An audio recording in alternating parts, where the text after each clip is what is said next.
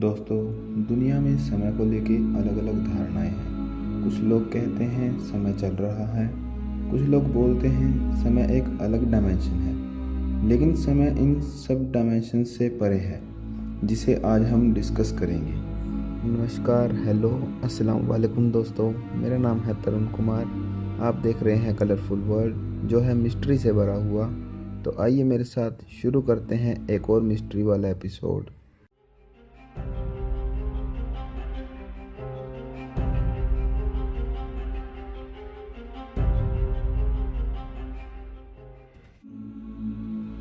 समय की अगर बात करें तो समय को लेकर लोगों में अलग अलग धारणाएं हैं। कहीं समय को एक सीधी रेखा की तरह माना जाता है कि समय बिल्कुल सीधा चल रहा है, और कहीं समय को साइक्लिक यानी कि चक्राकार माना जाता है।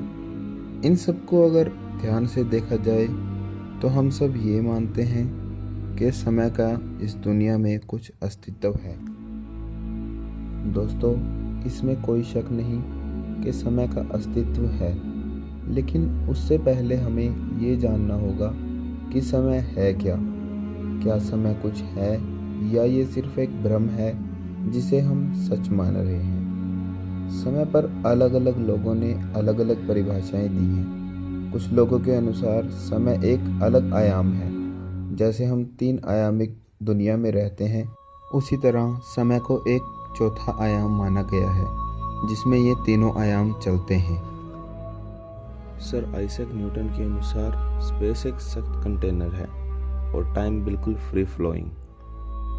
न्यूटन ने भी समय को एक सीधी रेखा में चलता हुआ माना है, लेकिन एक साइंटिस्ट थे जो न्यूटन के सिद्धांत को नहीं मानते थे, अल्बर्ट आइंस्टाइन। आइंस्टाइन के अनुसार स्पेस एक फ्लेक्सिबल मीडियम है और स्पेस को बेंड करके टाइम को बदला जा सकता है। आइंस्टाइन, जो अपनी सदी के महानतम वैज्ञानिकों में से एक माने जाते हैं, उन्होंने अपनी थ्योरी ऑफ रिलेटिविटी की मदद से समय की परिभाषा दी है।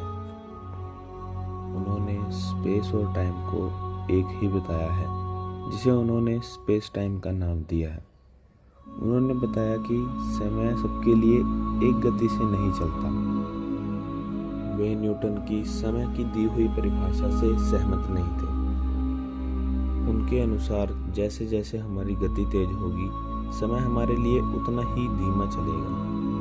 उन्होंने इसके लिए दुनिया को गणितीय सिद्धांत भी दिए हैं, लेकिन इस सिद्धांत का असर महसूस करने के लिए या तो हमारी स्पीड लाइट की स्पीड के आसपास होनी चाहिए या उसके बराबर होनी चाहिए। इस भौतिक सिद्धांत का सबूत तब मिला जब रिसर्चर्स की एक टीम ने अपनी कुछ घड़ियों को स्पेस में ले जाकर उनके समय को नापा। जब रिसर्चर्स ने उन घड़ियों के समय को धरती की घड़ियों के समय से मिलाया तो उन दोनों के समय में अंतर पाया गया। ये अंतर बहुत ही मामूली था, लेकिन आइंस्टाइन के सिद्धांत को साबित करने के लिए ये काफ़ी था। आइंस्टाइन ने हमें ये भी बताया कि किसी भी चीज़ के भार का असर भी समय के ऊपर पड़ता है। समय धीमा हो जाता है जब स्पेस में कोई वस्तु बहुत भारी हो। इसे समझने के लिए हमें एक बहुत भारी प्लैनेट की कल्पना करनी होगी, जो धरती से काफ़ी बड़ा हो और काफ़ी भारी भी हो। अगर हम अपनी किसी स्पेसशिप में बैठ के उस भारी प्लैनेट के 1 हफ्ते तक चक्कर लगाते रहें, तो जब हम धरती पर वापस आएंगे तो यहाँ सैकड़ों साल बीत चुके होंगे, क्योंकि दूसरे प्लैनेट का समय धरती के समय के मुकाबले धीमा चल रहा होगा। इसलिए वहाँ का 1 हफ्ता यहाँ के सैकड़ों साल के बराबर होगा।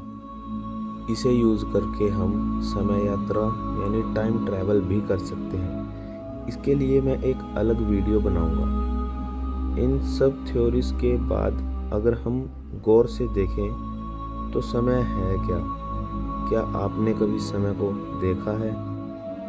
बात होती है कि समय चल रहा है, लेकिन ध्यान से देखा जाए तो समय कहीं है ही नहीं। बस 2 चीज़ें एक दूसरे के साथ रिलेटिव मोशन में हैं। धरती धरती जब अपने एक्सिस पे एक चक्कर लगाती है तो उसे हम दिन रात का नाम दे देते हैं, और जब सूरज के चारों ओर एक चक्कर लगाती है तो उसे हम एक साल कहते हैं। लेकिन इन सब में समय कहाँ है? समय सिर्फ एक नोटेशन है जो इंसान ने खुद बनाई है, यानी कि किसी भी चीज़ की स्थिति बदलने को हम समय कहते हैं। इस स्पेस की वजह से ही समय का कंफ्यूजन पैदा होता है।